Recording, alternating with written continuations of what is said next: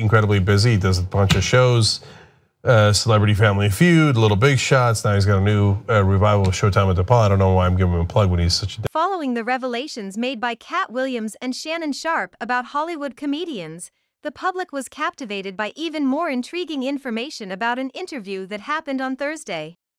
Shannon Sharpe had an interview with Willie D, a groundbreaking hip-hop performer turned commentator. A brand new Willie D interview with accomplished comedian Mark Curry will be released in 2020. Mark Curry was highly recognized for his straightforward interview style and his unfiltered, heightened sense of humor. You're telling people you work with, I don't want you even to be next to me. Like, I have such disdain for you that I'm annoyed by your presence. Curry talks about the claims that Steve Harvey stole his career and possessions in the upcoming Willie D interview. This interview with Shannon Sharpe has garnered a lot of attention, with 44 million views. Williams said that comedian Mark Curry provided Steve Harvey with the whole idea for the comedy program Hangin' with Mr. Cooper for the Steve Harvey Show. Hangin' with Mr. Cooper aired for 5 seasons from 1992 to 1997, while the Steve Harvey Show ran for 6 seasons from 1996 to 2002. This is a televised joke that Mark Curry helped me punch up. The same Steve that went to go watch Mark Curry do his whole sitcom and then stole everything Mark Curry had. These comedic staff-student conversations are intercut with stories of people who gave up their passion jobs to become teachers. Even those of a certain age who, like Steve Harvey's 2 performances, would find the concert disagreeable given because it appeared to imitate pals who are purportedly modeling solitary lifestyles. Steve got a sitcom where he the principal and he wear a suit. And then he gets this high top fade, making all black men think he got the best line. Curry said that in his conversation with Willie D, Harvey had taken his sense of humor. Besides, he laughed at how poor he was, so poor that he had to costume himself like a UPS box for Halloween. Curry spoke candidly about his thoughts toward Harvey during an interview that aired on Fox's Mike Donnie program in 2019. At the time, Curry also referred to Harvey as a BA. Well, Steve stole my material on his show, so I had a beef on that. He did all my Halloween material one Halloween. I'm watching that. BA, you made enough money, so why are you on my material? Curry said. This is true stuff that really happened to me. And so my thing is, you don't have to do that, homeboy. Right. So, you know, motherfucker, you made enough money, bitch. Why are you on my material? Right. You know, what's that? Curry said in the same interview that he intended to confront Harvey about the joke that was recorded for the Netflix 25-inch Def Comedy Jam reunion. He disclosed that when bringing it up with Harvey, the latter denied being aware that Curry had pulled a practical joke on him. I saw him at the Def Jam 25. Oh, Def Jam, okay. So when I see you, I step to you, no matter where we at. Step to you. Did he apologize? No. He said he didn't know. However, it was made public last week that Curry had been in touch with Harvey after seeing the Def Comedy Jam 25 tape. In the footage, Harvey was seen approaching Curry on stage amid a throng of supporters during a Dave Chappelle speech. Curry questioned Harvey's alleged material theft in a recent interview with Willie. He surmised that the comedy could have been well received by Steve's writers. Curry went on, though, to clarify that he was aware of the situation. You want to be me, Mark said Steve. My look is what draws you to me. On his radio show, Harvey responded to the accusations in a lighthearted manner, even making fun of Cat Williams' chat with Shannon Sharpe. A radio host.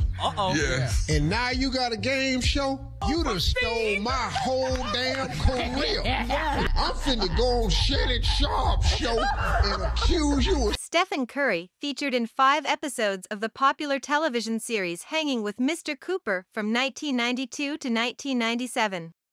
Curry gave a justification for his choice to give television in 2020. I did television and left my mark, he declared. I finished it. I like the lifestyle of a comedian. I'm drawn to Dave Chappelle's career. He is not a filmmaker. He doesn't do anything. All he is a comedian. But Curry did indicate in his most recent interview that he is actively seeking a television comeback and is thinking about becoming the lead in a new sitcom. However, Steve accomplished more than simply making money off of Mark Curry's joke. he revealed his true self and ceased to be the kind man that everyone believed him to be. Steve recently wrote his staff a note describing his personality. In the conversation, he showed his colleagues a new side. Steve seemed to place some distance between himself and his coworkers in the message, which made it clear that he thinks highly of them. This is a realization that is best shared in advance since it is not nice. It said that my security personnel would not allow anyone desiring to speak with me or see me to stand at my door. Okay, now please stop your ambush. This also applies to TV staff members. You must reserve a time. I promise not to play along with you or walk down the hallway with you. This appears to have been his way of relating to those around him as well as his workplace. Unexpectedly, Steve Harvey refused to express regret for the remarks made in the memo. Instead, he upheld and reinforced his stance. He felt that everybody who wanted to discuss the issue with him was trying to take advantage of him. It is a little egotistical, to put it kindly. He claimed that without someone just walking in, he couldn't get from his dressing room to the stage, into his makeup chair, or even into his lunch break. Come talk to me, I'm always open for a discussion. There are so many amazing individuals here, some of them have just started to make use of it. Steve Harvey claims that being the center of attention for his followers and other people grew old to him since it felt constricting and like he was imprisoned. I only wanted to be released from this jail, where I had to live in this cramped place and worry that no one would get in touch with me, so I composed the letter. Ultimately, Steve Harvey refused to own up to his mistake and provide an apology. Having felt unstoppable for years, it seems that he believes he can say or do anything without facing consequences. Though some extremely crazy people ran with the letter, I don't regret writing it. It appears that Steve Harvey believes that only a select few people are deserving of his attention, since he has now made it clear that no one should approach him at work. He doesn't seem to know how annoying and arrogant he comes across, and he doesn't seem to be planning to change the way he presents himself to the public. Though some may argue that he has excellent cause to avoid dealing with coworkers, it's important to realize that this behavior is not new for him. Steve Harvey has a history of acting inappropriately and then pleading with others to overlook it. There are others who may find Steve Harvey irritating since he has a history of acting biasedly. Claims include that he exposed aspects of himself, like his overt homophobia and racism in public, that other people could find upsetting. Furthermore, Steve appears to harbor prejudices toward LGBT individuals. He hates Asians despite being a person of color, and he doesn't think homosexual men are real men. Despite being black, he has little empathy for Asians and doesn't mind acting in a discriminatory manner toward them. He had previously made fun of the book How to Date a White Woman, a practical guide for Asian men, demonstrating his even more extreme bigotry. That is one page as well. I'm sorry, do you like Asian men? I apologize, but I'm not into it. Steve's harsh remark stunned Asian lads, who then chastised him for his hypocrisy. Eddie Huang put an end to Steve's argument with a well-considered critique of the presenter's sincerity. He said that he was open and honest about the subjects he covered that had an impact on the black community. He is a man of God and has a wide platform from which to speak. Unfortunately, he's also the type of guy who gets ready for other people and orders a bottle of Krug champagne for himself. Ironically, he is willing to tolerate Asian men's lack of masculinity in order to achieve his own financial goals. Apart from all the issues, Steve Harvey believes that men want connection from women above everything else. He readily admitted that he had no female pals, saying that males who become friends with women are only trying to get closer to each other. And he has no issue making fun of his guests and causing them distress. Steve made fun of the voice of Ernie Hudson's son, which caused Ernie Hudson angry and turn against Steve. Ernie conveyed his dissatisfaction with the situation. He said, despite Steve Harvey's annoyance, "We had a great time." Steve was making fun of my youngest child's eerily thin voice. As I sit here, please don't demonstrate that you're getting furious with me. I am going to remove him. Steve Harvey is obviously going through a lot of hardships at the moment. It seems that he does not know what permission is. When a needy woman asked Harvey how to turn down dates from single people, he gave her some questionable advice. In response, he said, "You can't stop a guy. When a man expresses interest in us, we latch on to him. We don't care what you do." Even though Steve Harvey has expressed controversial opinions and included gender stereotypes in his comedy, he still promotes himself as an authority on relationships and gives advice to others.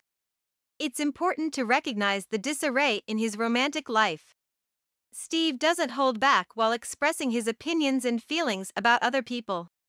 Harvey is on his third marriage. His third wife was mistress to his second wife. Steve Harvey has been unfaithful to all of his spouses.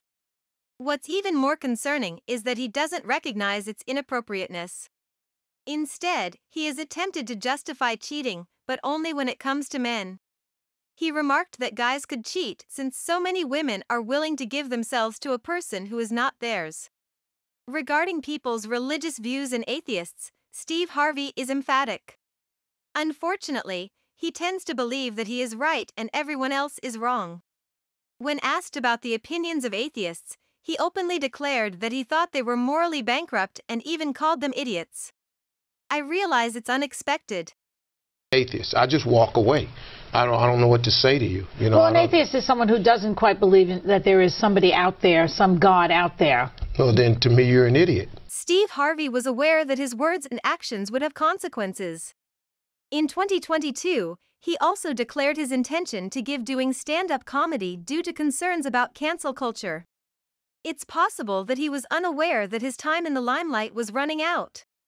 Our cancel culture means that no sponsor-driven stand-up comedian can say everything they want. Many believe that Steve Harvey's TV program should be canceled, something that ought to have occurred years ago. The criticism stems from his history of stealing jokes and acting in a racist and homophobic way. Conduct, while some think that when he overtly demonstrated condescending behavior, it was too late to address these persistent issues. A reader said, "What's crazy is that he used Mark's exact cover photo instead of stealing the idea for his show." It's sad, though, that Mark never did the same with his own story, but Steve successfully delved into the emotions of his audience by citing a genuine story. He made the choice to turn something would have easily prompted sympathy from others as they associated it with his early years and would have made any child unhappy into something that, even while it still makes people laugh, provides him joy. Someone else said, "I watched Mr. Cooper as a child, and I do think Steve stole his jokes and ideas. I wish Mark well in all of his future pursuits." That's it for today's video, guys. Thanks for watching.